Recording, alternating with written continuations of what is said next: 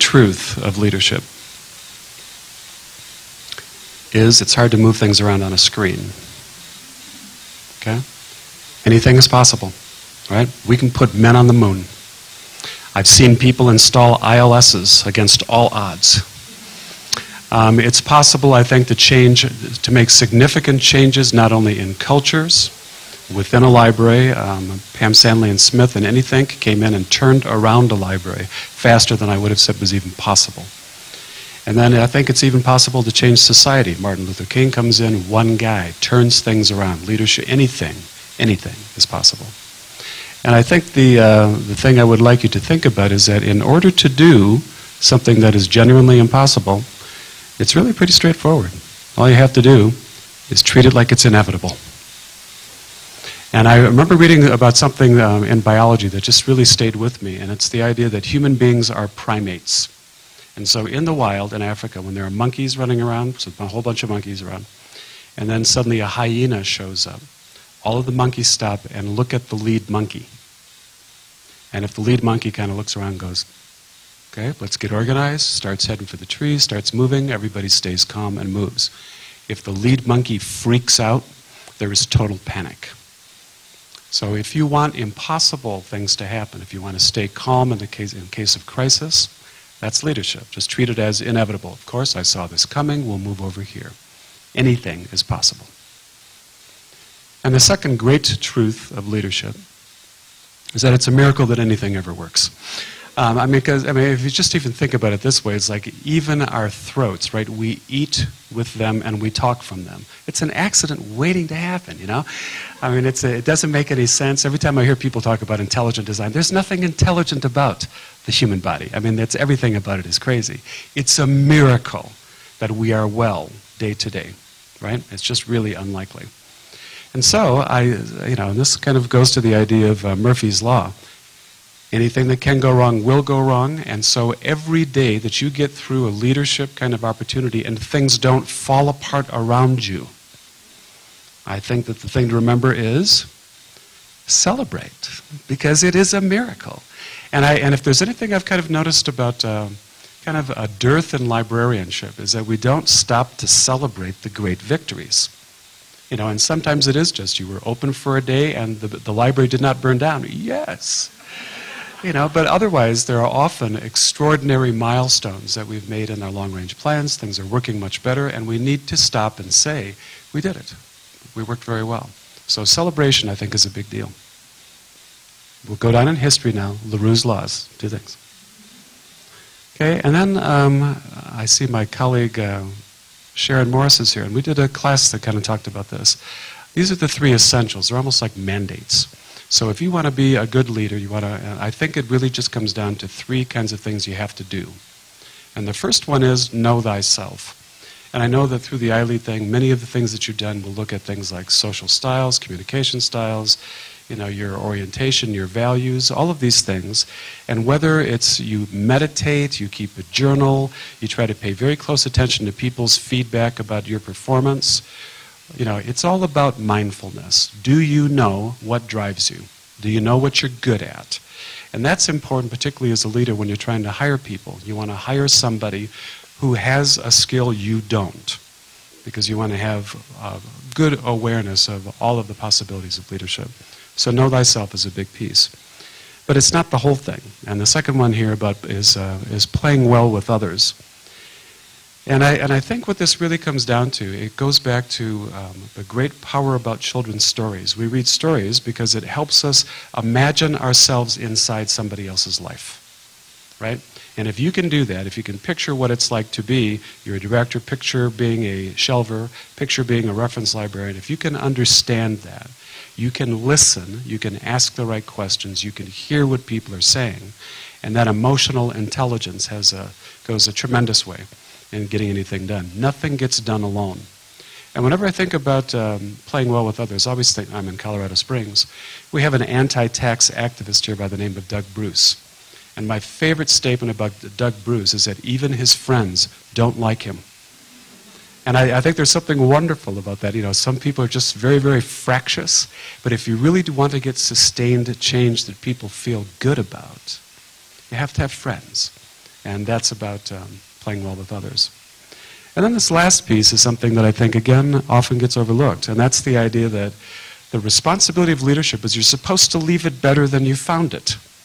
You know, there has to be real change. You're not just a status quo keeper of the, you know, maintaining things the way they've always been. So I want to do a quick little survey, and those of you who are in the Midwest, my old hometowns, I shout a wave at you. Just kind of wave your hands and look around within your local group. So the question here is, I'm going to name a category, and you tell me, in your job, do you want more of it? Do you want less of it? Do you want different? Or is it about right? Okay, so let's talk about tools. The tools of your job might be an iPad, might be a PC, might be, you know, an OPAC terminal, might be the desk. How many of you would like more tools? Okay? How many of you want fewer tools? You're tooled out. Okay? And how many of you just want different tools? And how many people in the room have it just right? Okay, 2. All right? All right, now let's talk about money. Okay, who wants more money? Who wants less? Okay, well, I need to find out what's going on in your head. We need to, and how many of you just want different, like different compensation? Not necessarily more money, but more time, more continuing education. Okay. And how many people, you've nailed it, you're right where you want to be? Nobody that time, okay? Supervisors, how many want more supervisors? Fewer? Different? Okay. And how many in the room have hit their target weight? Okay, well done, congratulations. My point about this is that the great lie that many people will say is that people hate change, right? Absolutely false. What did we just learn from just talking about a few of the dimensions of your job? Virtually everything about it, you want change. The deal is, you want some control over the change. You want to pick the things that are changing. You want it to be better. And so I put that out there to say that when somebody tries to argue with you that, you know, people hate change, there's so much resistance to it, absolutely false. Change happens all the time. There's nothing we can do to prevent it. But what they want is some influence over the change, a change for the better. And I think that a real focus of leadership should be on that. Okay. Now let me move down to the trends. The first one is, and I'm astonished that more people don't know about this, so I'll kind of walk you through the syllogism. What is the greatest predictor of whether you will be free or in jail? How much education you'll get, and therefore how much money you'll make in a lifetime income? How healthy you'll be as a child, and how long you will live. Yes? 4th grade reading scores has been demonstrated consistently by research to be the greatest predictor of all of these things. Assuming that most of us who have children would like them to be free as opposed to be in jail, to have a fair amount, you know, have a good quality of life and income, and to live long, healthy lives. That's a big deal. The greatest predictor of 4th grade reading scores, reading readiness by age 5. And then there's a study that was done, and I'm just amazed how many people have not heard about this. Let's jump down here. You can see it's so much fun to play. There was a study that was done by a woman named Evans out of the University of Las Vegas. And this is a 27-country study, 20-year longitudinal study, 20 years. The most definitive research we have on this topic. If you put 500 books in the home of somebody between the ages of 0 and 5, it's as good as having 2 parents with master's degrees. This holds true no matter what the educational level of the parents is, or what the economic level of the family is. In other words, the most powerful thing we could do to save children's lives, the most powerful thing we could do to reduce incarceration rates, the most significant thing we could do to reduce poverty is to put books in people's homes. If that isn't a ringing endorsement for the value of emergent literacy, I don't know what is. So I really believe that of all the things that we talk about, fully 1/3 of Douglas County, 1/3 of all of our business is children's books. We check out more kids' books in Douglas County than any library in the state. And that's because we are absolutely shameless about the promotion of those books. And I think that's because the effect is significant. Okay, the second trend, I have to kind of go back to a story. It started off, we were trying to solve a single problem. And our problem was, it was taking us, we were so busy, our circulation had gotten so intense, it took us 4 days to get a book back on the shelf. Okay, a problem. And we said, what do you do about that? And my staff at first said, well, let's expand the circulation desk, or Fort Circ, as I like to think of it. It was enormous. I mean, it was huge. We had 5 people checking books out in the front. We had 5 people checking books in the back. Unless we were going to go like to a 2- or 3-story circ desk with ropes and stuff, I didn't see a way to expand it. The circ desk was as big as it needed to be, but it wasn't working. So I sent kind of a team up to say, surely someone has solved this. And Bob Pasnick, who was then the head of our IT department, came back and said, we have found something that looks like it'll work, RFID self-check. That libraries in the Pacific Northwest are using this, and they could get it down to far fewer people, far less space for circ, a much higher volume. So we talked to the staff, brought in things, and installed the circulation system, self-check. Well, you can imagine, of course, when now suddenly one person can stand where there used to be 5, and one person is in the back checking in everything, one person instead of 5, what does the natural staff response? Am I going to lose my job, right? Are you going to fire me? And our comment to them was first to say, let's stop and look at this job. If I can get a machine to handle the dumb mechanical labor, then I've liberated your intelligence. Now I've freed your time so that we can use your smarts on something else. And there are a lot of carpal tunnel syndrome issues there. And I said, so as people leave, here's what we're going to do. I think circ as a department is dead. Circ is dead. We don't need that department as a cost center of most of our libraries anymore. But we still need intelligent people. So a year from now, there will be fewer of you, because you leave through the course of a year through attrition, fewer of you doing a different job, a new job, for more money. Okay? Not a bad promise, right? My first job when I was in high school was I put the little cards in order every night, alphabetical order to put it away. That job is gone. So we had created this brand new position, patron assistants, or patron service technicians. And they showed up and they were, doing reader's advisory, and they were building displays, and books were flying off the shelf. Now when somebody returned a book, it took us 45 minutes to get back on the shelf, business problem solved. And suddenly my reference librarians got nervous. They saw all these paraprofessionals wandering around, and we did a study to find out that 85% of the questions that were asked at the reference desk, you don't need an MLS to answer. The 15% that do are tough, and you still need people to answer that. But 85% of the time you don't. And so my reference librarians said, did I make a mistake? Why do we even need reference librarians anymore? And so one of our young librarians, Colby Galston, came into my office to say, did I choose the right profession? And I said, I'm so glad you did this. Come with me, because I'm going to a lot of meetings lately. This is what directors do. I have a tattoo, born to meet. And I go all around the county, and I'm talking to the various municipalities. And one of the things we learned was that in every one of these towns, people were trying to figure out, how do you make a successful downtown?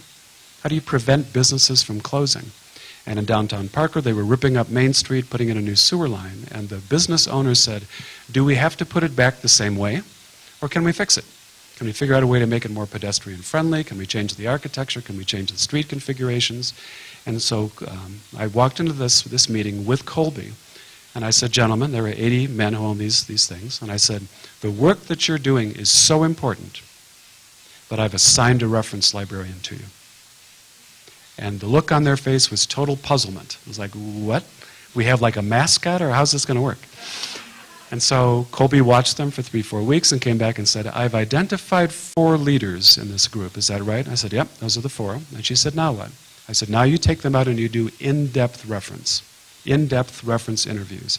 You ask them, what are you trying to accomplish? What are the limitations to your business? What are the opportunities? What information do you wish you had? And do in-depth reference. Well, they came back, and the branch manager said, okay, we've got 4 genuinely difficult, meaty questions that have never been answered before. And get this, they never would have taken them to the library. Things like, we're trying to redo the facade to Western architecture. What the hell is Western architecture? You know, is there an answer for that? Or, we want to redo the streets. Are we going to have angle parking or parallel parking? Which one results in greater pedestrian access? As 2 examples. So as the branch manager was describing this, the reference librarian said, okay, I'll take that one, and I'll take this one, and I'll take that one. And then we learned something interesting about reference. Those of you who have done reference know that the typical transaction, somebody comes up, they ask for something that has nothing to do with what they actually want. You do a reference interview, figure out what that is, and then you push some resources at them and say, come back if you need more. Right? Typical reference transaction. Is there anyone who thinks that that would work for a group of 80 businessmen? No. So my reference librarians came back with bushel baskets and grocery carts full of database citations and reports, and I said, you know, that's not going to work. What do we need? Someone said, we need an executive summary. We need some way to make sense of all this. Really not something we talked about when I was in library school. Not a typical reference function. So someone started writing these things who used to be a medical librarian, and in one case we had to write an executive summary of an executive summary written by other librarians, because we're not good at making things brief. We're good at making things big. So put all the executive summaries together and then said, okay, does anybody think you can just hand this report to the business people? Say, no, they're businessmen. They are going to require a PowerPoint, right? Okay, and that's when I found out that 80% of my reference librarians would rather die than give a talk to 80 business people. There's a great fear of public speaking, right? Wonderful reference librarians, gifted, skilled at the one-on-one interview, but when you stand up and do this presentation, a different skill, and some of them are very uncomfortable. But Colby, my 26-year-old librarian, was absolutely fearless. She said, I'll do it. Someone else did the PowerPoint. She got up and listened to what she did. Say, Western architecture, boom, it's this. Boom, it's not that. Next slide. You asked angle or parallel parking. Parallel. Next slide. Answers, right? Not resource. Not research and resources. People had asked questions and we were finding the answer to them. And when it was done, she put up one slide that said, and here's where I found all that stuff. And they went, yeah. 80 businessmen stand up and give her a standing ovation. Why? Because we answered the questions. And then they went back. We did, in fact, control, dictate how the new Main Street was going to look. We changed the downtown of Parker. And then when it was over, we did something kind of fascinating. I went back to these business people and I said, okay, wanted to let you know, the project is over. I'm taking Colby back. And there was a look of panic in their eyes. They're like, no, we need a reference librarian. When was the last time you heard a businessman say that, right? And by contrast, when we first walked into that room, business people would say, oh, you're from the library? My children love the library. As well they should. But now we were demonstrating that we could add value to people who were civic and business leaders in our community. I would suggest to you that this process, leaving the building, going out and systematically figuring out what issues the community is grappling with and would never think to bring to the library, is an opportunity for us to demonstrate our value in a way that we never have before. When I went back to this group when we were trying to do an election, Justin, who was the head of this program, says, oh, Jamie, I heard you were coming, so you're doing a campaign. We'd like to donate $40,000 to your campaign. I said that would be acceptable. We've moved at that point from just people loving the library to people understanding that there was a cash value to the service that we provided, that we made their services stronger. Well, then as some of our reference librarians were doing this and going out to the community, I had a branch manager say to me, well, I thought that was my job. And my comment was, now that you have the time, I need you not just to go to the Chamber of Commerce and sit in the audience. I need you to be the head, the president of the board of the Chamber of Commerce. I need you to be actively involved in civic leadership so that you know their issues, that we can demonstrate our ability to run meetings, to mobilize resources, to connect people to the community. I expect you to be a civic leader. When I give this talk around the country, I have directors who say, well, I thought that was my job. And I said, now that you have the time, you should get together with your counterparts, the school superintendent, the town manager, and say, what is our community trying to figure out? What do we need?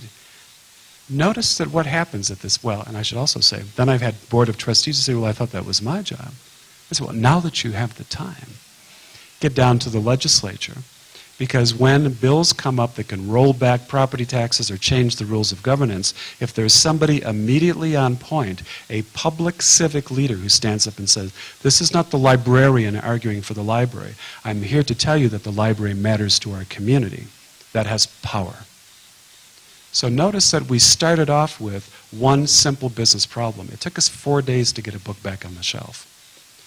But through the process, we eliminated one department, opened up a lot of space for display, promoted a whole class of one of our lowest level of workers, added status to our reference librarians, who instead of fighting for status within the building, and why would we do that? Why should librarians fight for status with each other when what we need to do is to demonstrate our value to the community? And then our branch managers are now civic leaders throughout Douglas County. Library directors should be working with the entire community, and our board is expected to testify in front of Congress. That's a significant promotion for everybody. And I really believe, as I highlight this, just as emergent literacy is key to our ongoing success, community reference work, work that is not just about one-on-one, waiting passively for someone to come and talk to us, but actively seeking an issue that no one else is solving, applying our reference skills to that, applying our organizational skills, applying presentation skills to say this is the answer, gives us the ability to have a profound impact on our communities. Okay, library as place. And I've told the story to my staff a couple of times because it had a profound effect on me. Years ago, I was working at the University of Illinois at the Graduate Library. And this is old school library, okay, closed stacks. You would come up, offer a goat, and say, oh, mighty circulation people, may I have a book from the stacks? And we would send the request up a pneumatic tube system, up through one of 10 levels of floors, each one an acre in size, 10 million books there. And then the book would come down on a dumbwaiter. It was so cool. So one day, someone was doing research, and they said, okay, we're going to do this. There's 8 of you here on the circulation desk, and I want you 4 to do what you've always done. Check out the books the way you always do. But you 4, when you're handing the book to somebody, I want you to find a way to just quietly reach over and touch them. Anything else I can do? Just quickly between the shoulder and the wrist, not fondle. Just reach over and touch. And so we did that, and it wound up being pretty easy, whether male or female. And then there was somebody standing at the gate as you walk out, and they would say, I will give you a Snickers bar if you'll answer a survey. And if you're a college student, you would give your life for a Snickers bar. And the question was, what do you think of the service you received today? And the ones who were over here, I asked for a book, I got a book, it was fine. And the ones over here did not say, that guy tried to feel me up. They said, the service here is wonderful. They didn't know why. They didn't identify him. They couldn't tell you why. And so my argument about this, what I've learned from this, is we are wired for touch. We need human contact. And so as one of the big memes of the 21st century is, who needs a library now that I have the internet? Well, the library doesn't, or the internet doesn't smile at you when you walk in the door. It doesn't come over and compliment you on something that's new or offer you chocolate when you look depressed. Human contact is absolutely essential to the services that we provide. And I think that remembering that we are wired for this connection, whether it's just I meet your eyes when you walk in the room and I smile at you, has enduring power and is a powerful message for sustainability for the library. The second thing is, and I mentioned this to say there's kind of a change in the importance of library as a fun place. I'm sure many of you have seen this video, and I've been showing it to a lot of people lately. It's done by a group called the Theory of Fun. And in Stockholm, they were trying to get people to take the stairs instead of the escalator after the subway. And so all the people would come out, and you know in America, if we were trying to do that, we would charge people to take the escalator, right? Or we would put up signs of really fat people and say, this could be you. Shouldn't you take the stairs? You know, some kind of guilt and shame sort of thing. Well, what they did in Stockholm was they went out and they put piano keys on every one of the stairs. And so when you would step on the piano key, it would make a sound. And so it was funny to watch people coming off the subway. So this is first day. People walk off and they're like, whoa. And they'd walk over, and the next thing you know, they're going up in pairs doing chords up and down the stairs. And again, when somebody says, you know, people don't want to change, well, sure they'll change. If it's more fun to change, if it's more interesting to change. And I think this idea about trying to find libraries that instead of being the formalized stacks, very rigid, very quiet, you know, very controlled and formal, we're now seeing this kind of element of discovery, experiential spaces, kind of a convergence of museum spaces and library spaces where people come in and want to touch things and want to play with things and move things around. It's the Maker Station movement, it's the quilting club, it's all of these things that enable people to be engaged. And so I think a whole new generation of space planning is opening up. And I think also a greater willingness to move stuff around. You know, I mean, everybody remembers the awkwardness of going into the grocery store where suddenly nothing is where it used to be. There's a reason for that. It's because it helps you find stuff that you didn't know the store had. Same thing with libraries. So a greater willingness to experiment and play with the space is a powerful way for us to make sure that we have a big door count. It's fascinating. I was talking with some museum people, and they said, oh, libraries, boy, libraries are great. You guys have so much money. Which tells you how little money museums have, right? But museums, like libraries, have tremendous door counts. They have extraordinary visits. And so finding a way to tap into that fascination that people have with exhibits and getting smart about exhibits ourselves is one way to make sure we're still generating all that foot traffic. But we need to tie that, and I'll get to this with advocacy, to our message to people about the value of that service. Okay. Library as publisher, this is something that we're just playing around with now, and I really think this is the future too. So everybody knows about all the issues we have with ebooks. We sacrificed ownership without talking about it. We sacrificed discounts without talking about it. We sacrificed integration. We started paying $84 for the latest book by Danielle Steele, which we did not own. And so one of the things Douglas County Libraries did was to say, well, let's do our own ebook platform. We invested in that, opened it up, started buying from over 900 independent publishers, small publishers, 10,000 self-published authors, and those materials are now finding their audience. Well, that's one story. But the more important story is this. Once you have an e-publishing platform, you are a publisher. And now we're not at the end of a distribution chain. We've swum upstream to get much closer to the source of this content. And so I think what's happening over the, again, next 10 to 15 years, here's a couple of predictions for you. Big Five publishing as we know it is doomed. And here's why. If you sign up as an author to one of the Big Five publishers today, they get 90% of the profit, you get 10, and they've got the copyright.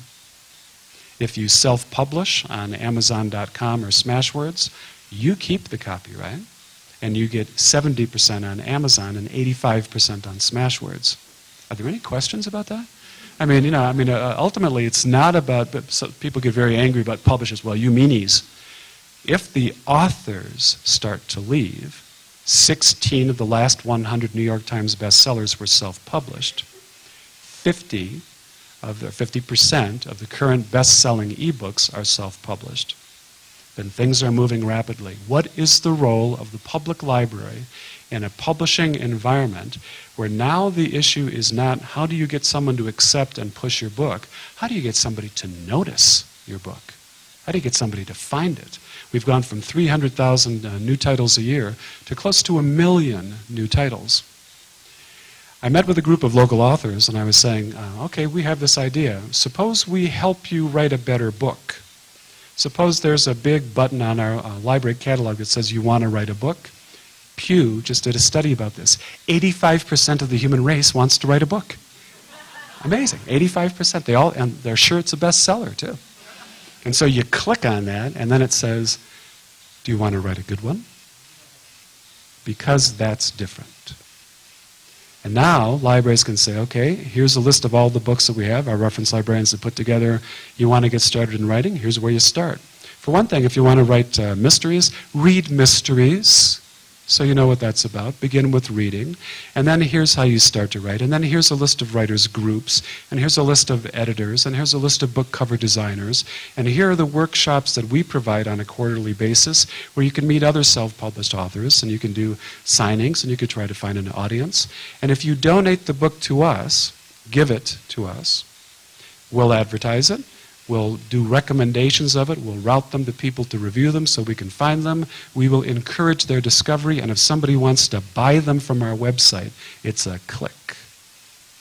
Okay? We will help you sell your book. This is powerful stuff. When I was talking to Mark Coker of Smashwords, he said, okay, you have all these self-published authors. I said, will you sell them directly to the library? And he said, let's ask them. Let's ask the authors. I thought, well, how refreshing. Not something that the big 6 publishers were talking about. Well, ask the publishers, or ask the authors. So he said, how many of you, out of a sample survey of 250, how many of you would be willing to sell to libraries? Your guess? All of them, 100%. Because, you know, and stop me if I'm going too fast, authors want to be read, right? Most of them got their beginning in libraries. They like libraries. And so then he said, so if you were selling to libraries, would you charge more? Would you charge the same? Or would you charge less than what you charge consumers?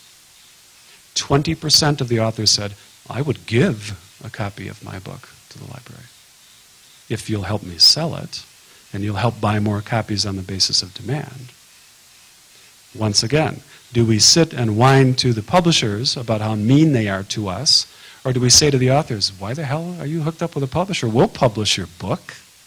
Got anything that's fallen out of copyright that you think deserves a second chance at the market? We can publish that. So making an ally of the creator of content is a new role for librarians. It's something that we haven't done before. It's not just curating content. It's actively acquiring new content, encouraging the development of quality work, and helping people in our community find it. I should also point out that a lot of libraries are doing things. We've been experimenting with this too. We had some local history stuff, Veterans Project, oral history transcripts. We made a pretty good ebook, put it up on our catalog. You can download it to the world. And now, as Eli says, I think you have heard or will hear from him, if the role of the 19th and the 20th century library was we were to bring the world to the community, well, now we are taking the community to the world. Google's not going to do that. Amazon's not going to do that. Only we can do that. So I really underscore this as an extraordinary opportunity for the intersection between publishing and libraries. I should also point out something else. Some years ago I was interviewed by this guy and he said, okay, boy, the internet's come along, libraries, you know, you guys are not going to make it, right? I said, I am positive that we will survive. We'll be stronger than ever. That reporter who wrote for the Rocky Mountain News is now unemployed because the Rocky Mountain News, after 150 years of running a newspaper, is gone. Why is that? Because the advertising that was the business model for newspapers moved over to Craigslist. There was no money in it anymore. And so, how many of you are seeing newspapers that are skinnier, lighter and lighter about the local news that they cover? This is a problem for our democracy. This is a problem for our society. If we lose news, if we lose people who are actually watching what is discussed in school district meetings and town boards, we have a problem.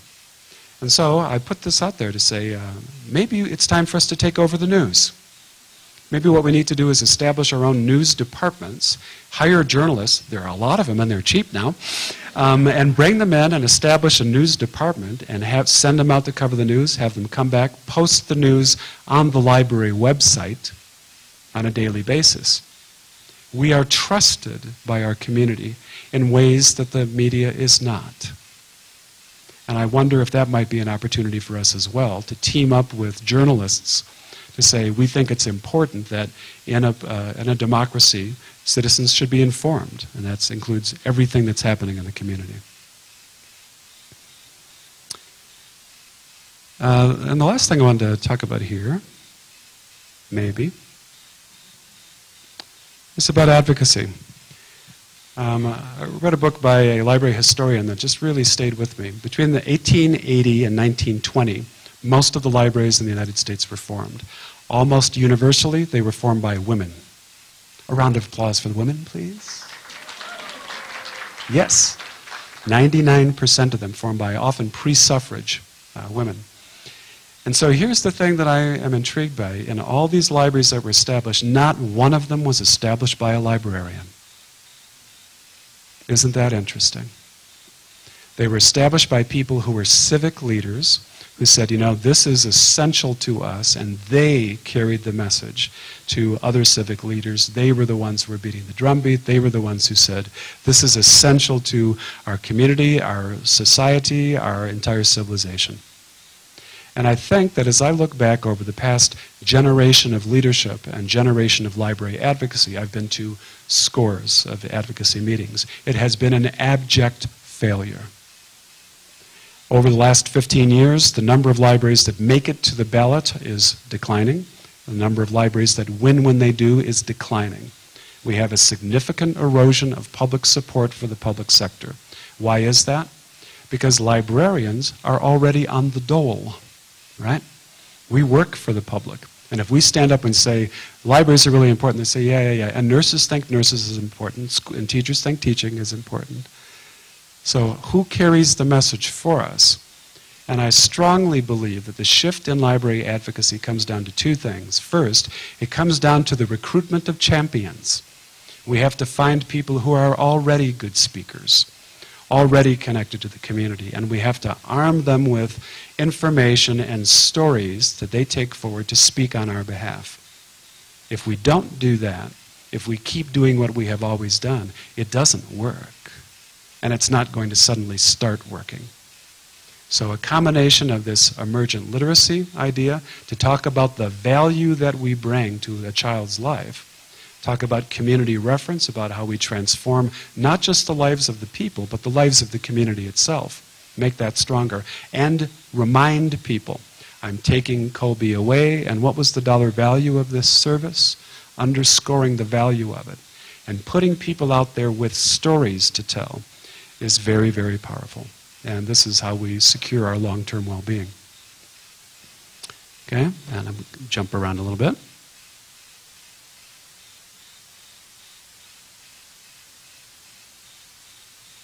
This lovely program, by the by, is called XMind, a mind mapper.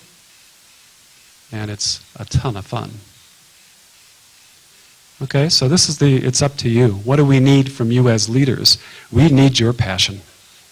One of the things that OCLC found when they did a marvelous study, 8,000 people to find out why do people support libraries when they vote for libraries. There were really only 3 reasons. One of them was they said, I had a powerful experience as a child. Okay? They remember that. The second thing is they say, I believe in the public good. There are 12 people who still believe that in the United States. And then the third one is this idea, they voted for you. They voted for a passionate librarian, and that's the word they used. You know, I came here to vote, I have this passionate librarian. She, you know, I express this much interest in something, and she showers me with books. The reputation of the library is the face of the people who work in the library. And the passion goes an incredible distance. That's what we're looking for. And then the second thing is just your curiosity. I was speaking at a DU panel where a very earnest new librarian said to me, what are the skills that we need? And I said, I'll be absolutely honest, I don't have any idea, not a clue. The things I'm working on now were not covered in my curriculum. The skills that you need probably aren't known right now. And so the primary thing that we have to have is your willingness to ask questions and to throw yourself in the middle of things and use that passion and make it passionate curiosity to demonstrate to everyone in our community that we're fearless and we're curious, that we will lead our communities into the future. And then the other thing is that I'm sure many of you have read Outliers by Malcolm Gladwell. It's had a profound effect on me in terms of the ideas. It takes 10,000 hours of effort, disciplined effort, to get good at anything. And so what we're calling upon you here as a leader is to say, leadership is a contact sport that requires practice. And so the more you do it, the better you get at it. And so you have to get out and be talking to people and practicing these things and be disciplined about it. And then the next one is the idea about is your network. The best thing about these kinds of programs is that you now have allies. As you get out into the community and you've made these connections with each other, you will falter. You will make mistakes. And it helps to have people with you to help pick you back up. Or you can say, that's an even better mistake than I made. Thank you for saving me the time. And so you can begin to acquire some of this wisdom more rapidly. And I think what I want to leave you with, a wonderful book called Being Wrong by Catherine Schultz. I recommend it highly. And she says, and if I have a little time, I'll dive into this. There is no one in this room who has not had the experience of confronting clear evidence that you are utterly mistaken, right? It's happened to you, right? And then when I start to ask you, okay, tell me about this one. Oh yeah, I have them all the time. I say, tell me about one. And then suddenly you can't. And here's why. All the research says, when you are confronted with that evidence that you are incontrovertibly wrong, your first response is, no, I'm not, you are. Right? Denial. And the second one is, well, I was almost right. Except for that one, part where I was wrong. And then the third one is, I was misled. I mean, you can see how someone could believe this, but I was just misled. And then finally, the last stage is not admission of mistakenness. It is, I never really believed that. Right? Nobody ever marries somebody thinking it's going to be short term. Right? And then the other thing that I love about being wrong is when you confront somebody else when they're wrong, our first instinct is generosity. Oh, you're wrong? Well, you just don't know what I know. Let me give you some facts, and you'll change your mind. And I give them the facts, and they don't. And now I think, you must not be very bright. And then the third thing is, when they persist in being intelligent in other ways, but they're still wrong about this, I conclude, you must be evil. And if that doesn't describe the arc of politics in America today, I don't know what does, right? We don't listen to each other. It's accusations of wrong. Well, here's what I want you to know, is the time of your life when you are more mistaken than any other time in your life is when you're a toddler, right? You can't control your bowels. You can't talk. You fall over when you're trying to walk. At this period of your life, the average adult laughs 15 to 20 times a day, and the average toddler 300 times a day. And I always thought, wouldn't this be the most fun research project in the world to follow toddlers around with microphones and count how many times they laugh as they fall and get up and fall and get up? So the last message I want to leave with you is this idea that this is a quote by Friedrich Nietzsche.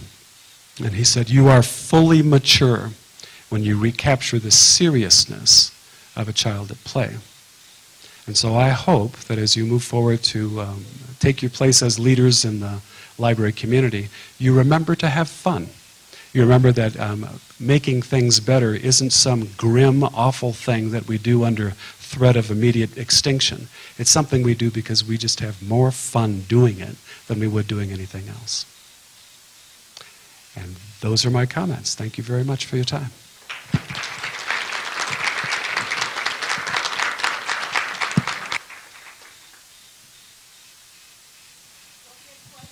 Well, thank you, Jamie. We do have time for some questions today, and we may have some questions coming in via Twitter, so I'm going to get out these other 2 microphones. And if you could hand that to Chris for me. Does anybody in the room have any questions for Jamie about what you heard? Any thoughts or comments?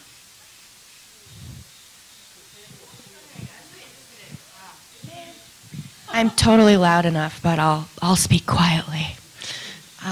I was wondering the circulation problem that led to rolling changes throughout your library. How long would you say that took? And also, is it a done project, or is it always going to be a work in project to consistently change people's understandings of their job? 2 questions. First, the Circ thing is done. The Circ desk is gone. The job is gone. And that took about 2 years from I think the whole introduction of when we first brought everything in to before the job was eliminated and other people started assuming different roles. I don't think that part's done. As we talk about community reference, we've tried 3 different approaches. One of them was this notion of we're going to take 10% of your time as a reference librarian, get out into the community. Well, then we began to find there's traps there too. Somebody shows up at the League of Women Voters and finds that the only thing they're talking about is what they're going to have for lunch. So embedded librarianship, where you just go somewhere else and sit, is not, I don't think, a good trend. I don't think it gets us anything. And I think learning to show up at a place and say, what are you doing anything significant? No, I'm out of here. Are you doing something significant? Can I add value to it? No, I'm out of here. And that willingness to keep moving around and pick the right projects and ask for the right resources and make sure we can deliver on that. That process we're still tweaking it. We did something else that I'll recommend, and you might consider taking this back to your own libraries.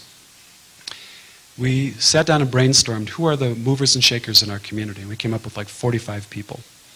These are the elected officials, these are the people who are involved in education, these are the people involved in business, not-for-profit leaders, faith-based leaders, and civic leaders like Civitan, Rotary, that kind of thing. And we went to them and said, we have 3 questions for you. First, tell us what your constituents are most concerned about over the next 18 to 24 months. And the reason you do that is that leaders are constantly talking to people and they distill things, right? They're gathering patterns, they're gathering trends, they're gathering meaning. And so by talking to one person, you get a lot of the stuff. Second one is we said, what decisions are you going to have to make over the next 18 to 24 months, and what information do you wish you had before you made that decision? Meaning, is there a way for us to help you? And then the third one is, who else should we talk to? Well, this exercise was fascinating for several reasons. First, for the civic leaders, they had never had anybody contact them and say, we wish to speak with you because you are wise. This made us very visible to them. And notice that our advocacy didn't consist of saying, let's tell you how wonderful we are. We didn't talk about ourselves. We talked about them. We talked about their interests. And because of that, they said, these are smart people. They liked us. And so raising visibility was the first result of that. The second one was we had staff who weren't sure they wanted to do this. I wasn't trained for this, I'm not sure, I'm no good at this, but came back from this like, everybody needs to do this. Because they learned so much about what was going on in the schools, about the commerce, and they thought, almost all the time, libraries can do something for any group we talk to. And they came back full of ideas, I can make a difference. But then the third issue is that, so once you've gathered all this information, what do you do with it? How do you aggregate it and make some sense out of it and turn it into a project? And that's the piece I think we're still playing with. We've got one project that we got out of that interview process, which was like to launch a volunteer portal, where we're leading that for the county, kind of a dating service. You go in and you say, okay, here's my profile, and then all the other people that match that will help you volunteer. And we think that's a good kind of community solution. Is at the end, have we figured out the right process? No, I'm still playing. Okay, it looks like we might have a question from Twitter. We have a Twitter. We have a message for you, Jamie, from a former colleague, Gwen Hughes Harrison. Hi, Gwen. She worked with you apparently She at did. the Lincoln Library, Spring Patch, Illinois. So she says hello. Springfield, not Spring Patch. I copied and pasted it looked like. So let's see here. Another question from Illinois is they are wondering a follow-up to the question about the circulation desk. What would be the new titles of those people that were formerly CIRC people? And are they still doing the activities, or what types of activities? Yeah, the title we gave to them I don't think is all that terrific. I think we could do better than this. I think we call them the Patron Services Technicians, right? Kind of a psst, which I guess is better than shh. I don't know. But I think their primary responsibility, although they still do CIRC functions, somebody has a difficulty with a fine or a hold and straightening those things out, that still happens. But I would say far more of the time is spent wandering. You know, they are building displays. 60% of our adult circulation comes from displays. And the primary function of that position is to build eye-catching displays that move materials. And so that's a big part of their job. They also fill in at the reference desk. I think that was an interesting kind of cultural shift. It used to be CIRC and reference, and then you have this kind of merger of an adult services desk. And I think an awkward period when trying to figure out when have I asked you a question that you don't feel qualified to answer, and the answer to that is then you pass it on, right? Then you're just referring this to somebody else. And then some reference librarians who weren't all that thrilled about having to learn to run the cash register, because there's kind of a merger of those functions a bit. Hence the importance of asking the reference librarian to leave the building to say only you can do that. And so again, very much a rippling effect of job changes. Let's check back with the room. Anybody else in the room have any questions for Jamie? Okay, anything else from Twitter? Mike Dargan writes, does your RFID project include a sorter or security gates? Sorter, yes. Security gate, no. I don't know why anybody does security gates anymore. And I'll just be honest about this. We've spent, in some of the libraries, have been in like $30,000 per gate. And I have yet to see anybody get tackled. I see them sometimes go off mistakenly. And I honestly think that you could just do something that would be far cheaper than that. What we found in our community, and I recognize that communities will vary with this, is that our loss rate, theft rate, is under 2%. That's better than any retail operation that I know. Our loss rate is higher for things that people check out and don't bring back, which is the most thoughtful kind of thief, because they tell you where they live. You know, and so my feeling is about the security gate is not a big issue for us. The automated materials handling is huge, though. And that kind of volume, that's what enabled us to get to the 45-minute check-in. Somebody drops something off, it's checked in before they get all the way into the building, and then it's often shelved by the time they're ready to leave. Laura? I will follow up what you just said with a question about your loss rate. We lose DVDs like crazy because they can put them in their pocket. How do you prevent that? Or do you have any cameras or measures that you use? You know, it's interesting. We played around with something about this. It's putting that little, you have to run it through the special anti-locking thing. Mm-hmm. A pain for the patron, a pain for the staff, but successful. It absolutely reduced the theft rate. And our staff complained about it so much, they said, please remove this. And I said, if we do, we will have a rise in the theft rate. And we did. But here's the thing. That format is going away. You know, and really what it turns out is the big theft item, it tends to be the DVD movies. It's not the, you know, the documentaries or that kind of stuff, or even children's things. It tends to be feature films. Just view it as a little parting gift to your community. You know, I hope you enjoyed the format. We're going to buy some extra copies of it because in 5-10 years, this format will be dead. It'll be streaming or nothing. Do we have another Twitter question? We have Sandra Fritz, who just wants to say that Illinois wishes to express their love. Well, right back at you, Illinois. And Angela? In our district, we don't have certified librarians at all, and I work for a school. How do you think paraprofessionals can get into our community and help that way? In the school community? in the school, but be within our community as well. Could we go to those civic leaders? Do you think they would be willing to listen to us? Yeah, I do. And I think the problem of school librarians across the country worries me a lot.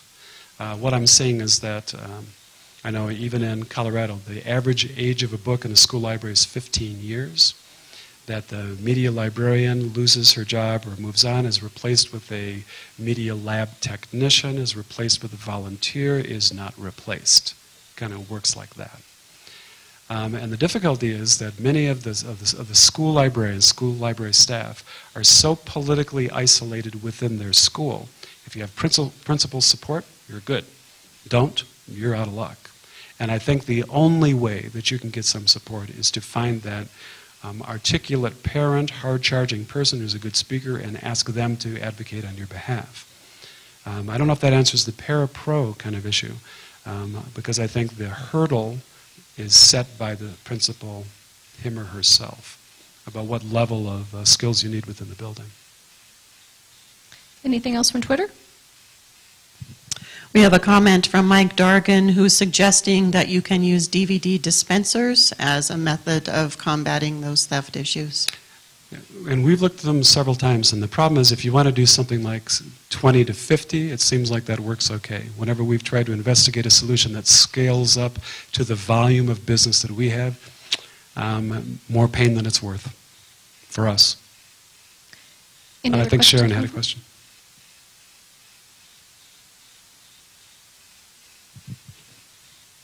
When you started sending librarians out into the community, did you give them any extra training because maybe they're not comfortable with that, or did you pick certain people to start that? How did that morph? Well, I have two things to say about that. First of all, anytime there's a significant change in the library, your staff divides into thirds. And 1/3 says, I have been waiting for this opportunity all of my life. And 1/3 says, kind of what you're saying, I'll give it a try, but I need some additional coaching, some training. And then the third one says, over my dead body. Okay? Well, let's go to that second one. As far as getting somebody out into the community, I think that reference librarians have this skill. I think they do. What is the reference interview, if not the fundamental skill of the reference librarian? All we're asking you to do is to find out what the question is. And I sometimes think that like maybe a facilitation training, and we've messed around with this a couple of times to try to find someone to teach this. How many of you have ever been in a meeting that went on and on and on because you didn't know what the question was? I remember sitting in this meeting and thinking, boy, we need a librarian. Wait a minute, I'm a librarian. You know? And then you stand up and say, okay, well, can we help you figure out what the problem is? And I think it's not so much that we need new training as much as we need a new application of things we already know. Any other questions from Twitter? There is one more question from Illinois. They are curious to know what your children's librarians do. Children's librarian at this point, kind of interesting. So a lot of, the program outreach, very much the internal display. At this point, although I guess it's, well, story time is, I think, still the essential service.